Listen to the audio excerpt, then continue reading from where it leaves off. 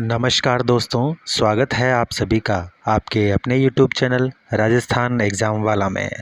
दोस्तों, हमारे रीट 2021 के अंदर साइकोलॉजी के अंतर्गत एक नया टॉपिक जुड़ा है जिसका नाम है कल्पना यानी कि इमेजिनेशन। तो आज इस वीडियो में हम कल्पना के बारे में अध्ययन करेंगे और कोशिश करेंगे इसी वीडियो में सारा आपको याद करा दूं। तो शुरुआत करते हैं दोस्तों, बिना किसी देरी के। दोस्तों, कल्पना होती क्या है? किसी अप्रत्यक्ष घटना या बातों के बारे में विचार करना ही कल्पना कहलाता है। जैसा कि हम किसी बारे में किसी बात को लेकर सोचते रहते हैं, विचारते रहते हैं, काश ऐसा होता। एग्जाम्पल से बताता हूँ, आप में से बहुत से लोग ऐसे होंगे, हाँ मेरी शादी होगी, मेरे बच्चे होंगे, ऐसा होगा वैसा होगा, वहाँ पे घूमने जाऊँगा। तो ये सब जो अपने मन के अंदर, मस्तिष्क के अंदर जो बातें आती हैं उन्हीं को हम कल्पना कहते हैं। कल्पना एक चेतन और आश्चर्यजनक मानसिक प्रक्रिया है जिससे व्यक्ति पूर्व अनुभव के आधार पर किसी नई वस्तु का निर्माण करता है। अब बहुत से मनोवैज्ञानिकों ने इसके बारे में क्या कहा है उसके बारे में हम पढ़ लेते हैं। वुडवर्थ ने कल्पना को मानसिक प्रहसन माना है। इसी प्रकार मैकडूगल के अनुसार हम कल्पना या कल्पना करने के उचित परिभाषा अप्रत्यक्ष बातों के संबंध में विचार करने के रूप में कर सकते हैं। इसी प्रकार एक और मनोवैज्ञानिक हैं डमविल, इन्होंने कहा है कि मनोविज्ञान में कल्पना शब्द का प्रयोग सब प्रकार की प्रतिमाओं के निर्माण को व्यक्त करने के लिए किया जा सकता है।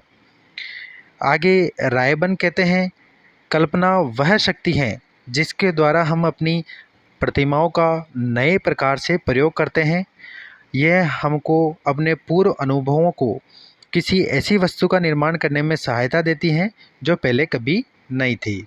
तो ये 4 मनोवैज्ञानिक हैं जिन्होंने कल्पना के बारे में अपनी विचार प्रस्तुत किए। इसके बाद हम देखते हैं कल्पना का वर्गीकरण, क्लासिफिकेशन ऑफ इमेजिनेशन।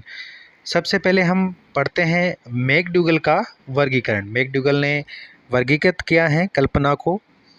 इन्होंने कल्पना को 2 भागों के अंदर बांटा है। पहला है पुनर्उत्पादन कल्पना। इस कल्पना का दूसरा नाम स्मृति है।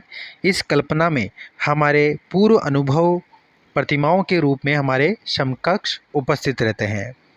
दूसरा है उत्पादक कल्पना, प्रोडक्टिव इमेजिनेशन। इस कल्पना में व्यक्ति पूर्व अनुभवों के आधार बनाकर उसमें कुछ नवीनता उत्पन्न कर देता है। उत्पादन कल्पना को 2 भागों में बांटा गया है, रचनात्मक कल्पना और सृजनात्मक कल्पना। रचनात्मक कल्पना क्या होती है?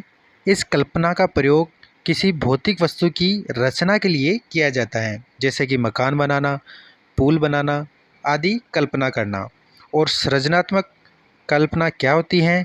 इस कल्पना का प्रयोग किसी अभौतिक वस्तु की रचना के लिए किया जाता है, जैसे फिल्म बनाना, नाटक बनाना आदि सभी होता है इसके अंदर।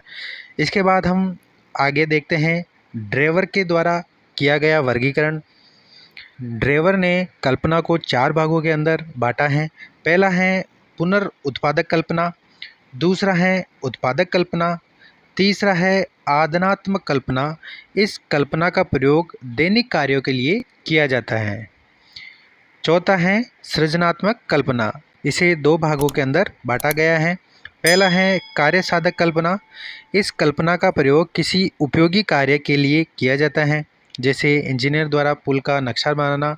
कार्य साधक कल्पना को ड्रेवर ने 2 भागों के अंदर वर्गीकृत किया है। पहला है विचारात्मक कल्पना। इस कल्पना का प्रयोग श्रेष्ठ विचारों, आदर्शों आदि का निर्माण करने के लिए किया जाता है। और दूसरा है क्रियात्मक कल्पना। इस कल्पना का प्रयोग भौतिक वस्तुओं के निर्माण के लिए किया जाता है, जैसे कि नहर का निर्माण करना। दूसरा है सौंदर्यात्मक कल्पना। इस कल्पना का प्रयोग सुंदर वस्तुओं का निर्माण और मूल्यांकन करने के लिए किया जाता है, जैसे कि चित्रकारी।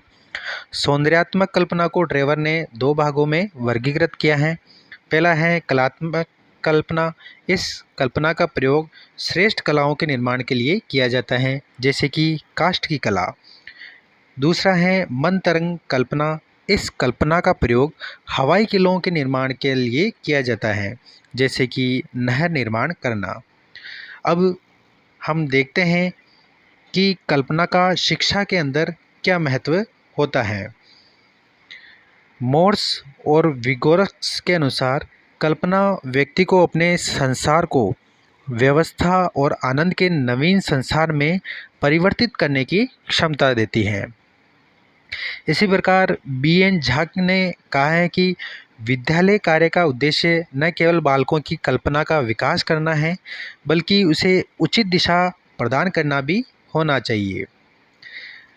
कल्पना बालक में रचनात्मक शक्ति को विकसित करती है। कल्पना ज्ञान प्राप्त करने के लिए बालक को प्रोत्साहित करती है। कल्पना बालक को उसके कार्यों का परिणाम बताकर उसका पथ प्रदर्शन करती है।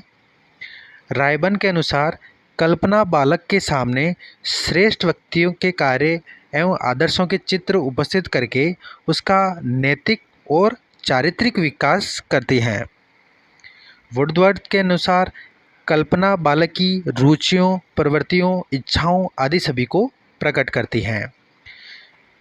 कल्पना बालक को दमित इच्छाओं और अभिलाषाओं को पूर्ण करने का अवसर देती है।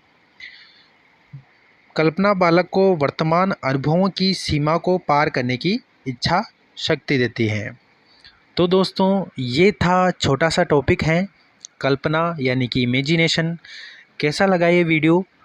लाइक ज़रूर करें वीडियो को, कमेंट करके मुझे ज़रूर बताएं ताकि इसी तरह की वीडियोस मैं आपके लिए लाता रहूं। Thank you.